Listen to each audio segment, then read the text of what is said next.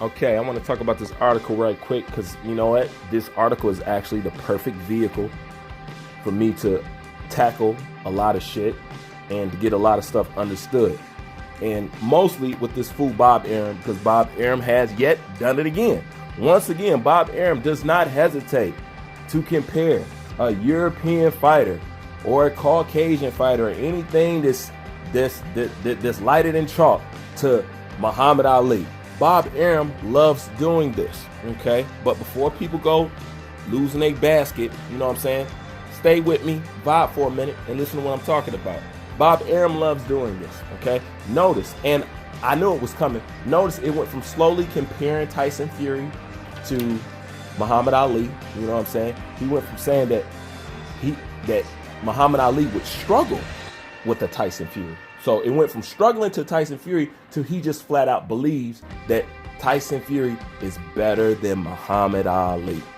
Number one, the reason why people got a problem with people and somebody like Bob so freely using Muhammad Ali's name because people don't look at Muhammad Ali like no boxer. Boxing is just a small portion of his life. When you bring up Muhammad Ali's name, what he represents surpasses boxing.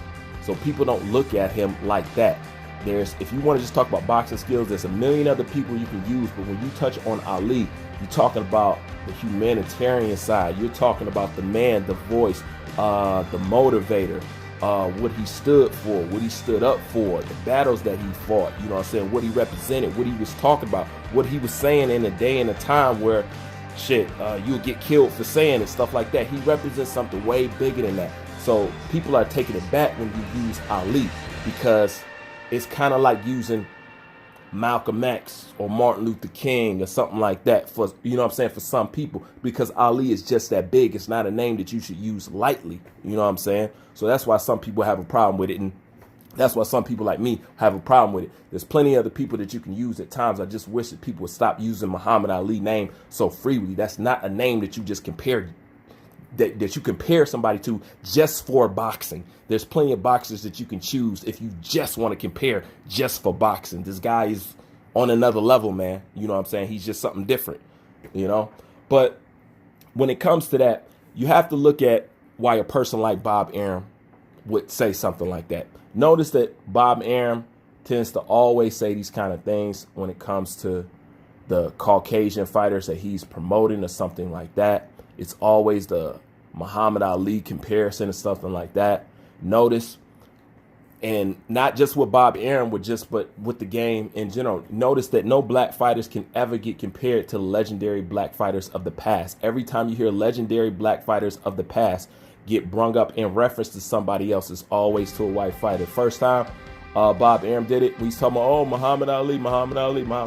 Who did he compare him to? Who did he say was the next Muhammad Ali? Vasily Lomachenko. Okay, and sure enough, the next time he brings up Muhammad Ali, who is he comparing it to, and who is he saying is better than Muhammad Ali now?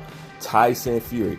What's so strange about this is because you have one of the most highly skilled pound for pound fighters sitting right in your lap. You never talk about him on the level that you've ever talked about Vasily Lomachenko, and now currently a Tyson Fury, and this guy is the most skilled and one of the most feared fighters in the game, period. Where is his comparisons to the legends of the yesteryears? Where is just his basic complimentary compliments that you would normally give Fury or that you would normally give Lomachenko? Where is that for Terrence Bud Crawford? The point is there is no comparisons to Ali. There is no comparisons to even Floyd Mayweather. But all those other fighters have got those comparisons. Refuses to compare any of his black fighters to any of the great black fighters of the yesteryears.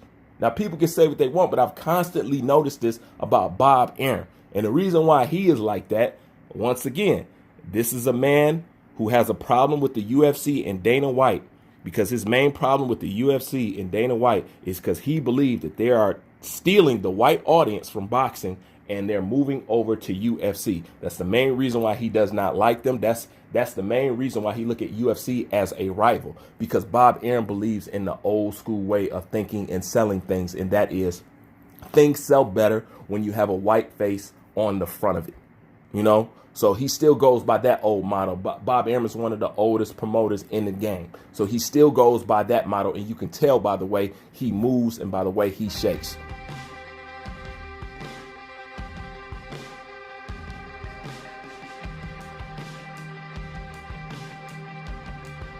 Okay, so that's why he does that. Now, let's do a comparison on a real level and forget that trickery that Uncle Bob always throwing down.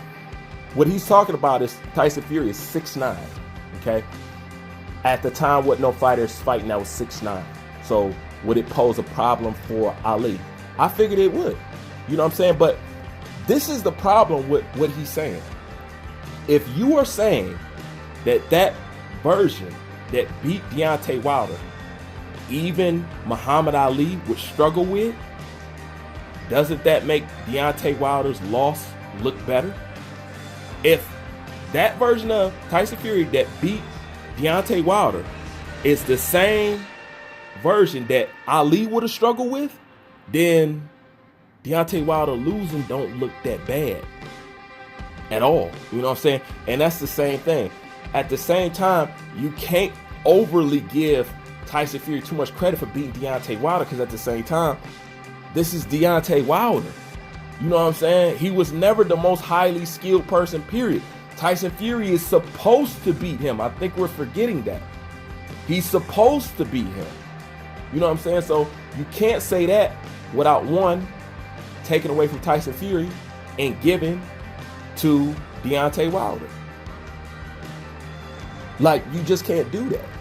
You know what I'm saying? So if Fury would have struggled with him, I mean, if Ali would have struggled with him, then there's no shame that Deontay Wilder would have struggled with him. And a matter of fact, it looks better because Deontay Wilder is nowhere near skilled as Ali. Now, the comparison that this fool should have made was, what would be in a better comparison would be actually this. How would Tyson Fury do against Lennox Lewis? Now that's the comparison. See, he went all the way back to the Ali era, talking about, yeah, I think he'll struggle. No, the question is, do you think he could beat Lennox Lewis? Because I'm gonna be honest with you, I love AJ to death. Lennox Lewis would have knocked AJ out. Period. Now, if the question is, he's struggling with this because of size. All right, Tyson Fury is what, 6'9"? Lennox is 6'5". Hell, I mean, that ain't too far off. You know what I'm saying? 4 inches? You know what I'm saying? That ain't far off at all. So the question is, how do you think Tyson Fury would have done against a Lennox Lewis? You ain't even got to take it back to Ali. You know what I'm saying? Let's just see if he could beat Lewis. That would have been a challenging fight right there. Just like Joshua versus Lennox Lewis would have been a challenging fight, even though I picked Lennox Lewis. You know what I'm saying? Tyson Fury versus Lennox Lewis. I picked Lennox Lewis, but I've learned not to bet against the Gypsy King. You know what I'm saying? I've learned that. So I can't say for sure, because I thought for sure, everybody thought for sure Klitschko was going to beat him. Everybody thought Wilder was going to knock him out. So at some point, you got to learn. So I'm going to say I strongly believe Lennox Lewis would have knocked Tyson Fury out. But Tyson Fury, just like Customato said, Customato always went with the dude who had better character than the dude who had the appearance of having better skills. Because he says character is what will carry you over, and character is what wins fights. So off character alone, I'm going to have to go with Tyson Fury. But truthfully, a better comparison would be how would Tyson Fury would have done against Lennox Lewis. That's the truth. Now, me personally, I think Lennox Lewis would have won, but I'm not surprised if Tyson Fury would have won. Now, this is going to sound strange to some people. I think Lennox Lewis would have flat out knocked out Anthony Joshua though. Straight up. I'm just being real with y'all. I'm just being real. You know what I'm saying? But anyways, tell me what you think about that. And what do you think about the Tyson versus Lennox Lewis, Anthony Joshua versus Lennox Lewis, Muhammad Ali and Tyson Fury comparison? Don't even leave me no comment about that, because that shit is, you know, that's some Bob Arum buffoonery and bullshit. You know what I'm saying? But what do you think about that? Let me know. Bruce, man, I'm out.